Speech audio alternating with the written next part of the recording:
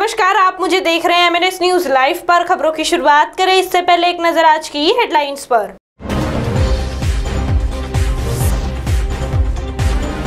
मौतें बांटने निकले थे सुपर स्प्रेडर, नया सेशन भी ऑनलाइन की राह पर। गर्मी में हो रहा बारिश का मौसम। आइए अब खबरें देखते हैं विस्तार से। मौतें बांटने निकले थे सुपर स्प्रेडर। कोरोना का संक्रमण रोकने के लिए पुलिस विभाग ने महानगर पालिका के साथ मिलकर रास्तों पर ही रैपिड एंटीजन टेस्ट करवाने की योजना बनाई। यह अभियान काफी हद तक सफल भी रहा। जाने अनजाने मौत बांटने निकले सुपर स्प्रेडर को पुलिस ने पकड़ा। 19 दिनों में कुल 4834 लोगों की जांच की गई, जिनमें 211 पॉजिटिव पाए गए। इन 211 लोगों में से अधिकांश को यह पता ही नहीं था कि वे कोरोना का शिकार हो चुके हैं। कुछ को मामूली लक्षण तो दिखाई दे रहे थे, लेकिन तकलीफ ज्यादा न होने के कारण गंभीरता से नहीं लिया और न जांच करवाई। ऐसे में ये 211 लोग कितने खतरनाक साबित हो सकते थे, इसका अनुमान भी नहीं लगाया जा सकता है। वैसे केंद्रीय स्वास्थ्य दल के अध्ययन के अनुसार भारत में एक कोरोना बाधित मरीज 200 से ज्यादा लोग तक संक्रमण फैला सकता है। यदि इस अध्ययन को सही मान लिया जाए तो आंकड़ा 40,000 के ऊपर होता। यदि हम इसका असर 50% भी मान ले तो कम से कम 20,000 लोग प्रभावित हो सकते थे। ये आंकड़ा वाकई चौंकाने वाले है। शहर में लगातार बढ़ रहे संक्रमण के चलते स्वास्थ्य व्यवस्था बुरी तरह लड़खड़ा गई थी।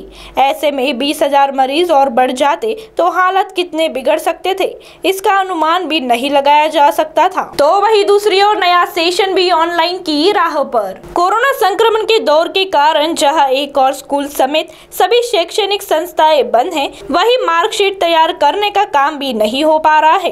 कोरोना की वजह से छात्रों को जनरल प्रमोशन देकर अगली कक्षा में प्रमोट किया गया है, लेकिन उनका मूल्यांकन साल भर में उनकी गतिविधियों के आधार पर करने का फैसला लिया गया। किंतु आंतरिक मूल्यांकन में भी लगातार देरी होने से इसका प्रभाव अब 11वीं के एडमिशन पर पड़ने लगा है। इस बारे में सेशन की शुरुआत ऑनलाइन ही होगी।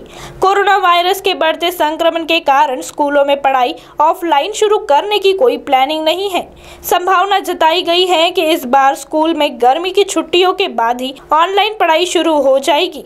जिन क्लासेस को एग्जाम नहीं हो पाया था उन्हें टाल दिया गया है और ज्यादातर स्कूलों ने बच्चों को अगली क्लास में प्रमोट कर दिया है। तो वही तीसरी ओर गर्मी में हो रहा बारिश का मौसम। एक और गर्मी के मौसम में तापमान बढ़ रहा है, तो वही दूसरी ओर शाम होते ही आसमान में बादल छाकर तेज हवाएं चलने से मौसम में ठंडक निर्माण हो रही है।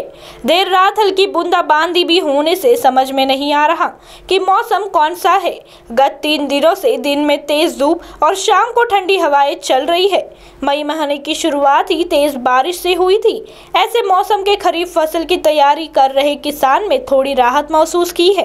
विदर्भ में सबसे गर्म शहर के रूप में नागपुर को जाना जाता है। गर्मी के दिनों में शहर का तापमान 45 से 48 डिग्री सेल्सियस तक पहुंच जाता है। इस वर्ष भी मार्च की शुरुआत से ही तापमान बढ़ने लगा था। गत सप्ताह भर से अधिकतम तापमान 22-44 डिग्री सेल्सियस दर्ज किया जा रहा है, जिससे के कारण मई और जून और गर्म होने के संकेत दिए गए हैं। परंतु समय समय पर आसमान में बादल छाने और मौसम में बदलाव आने से लोग भी असमंजस में हैं कि यह कौन सा मौसम है।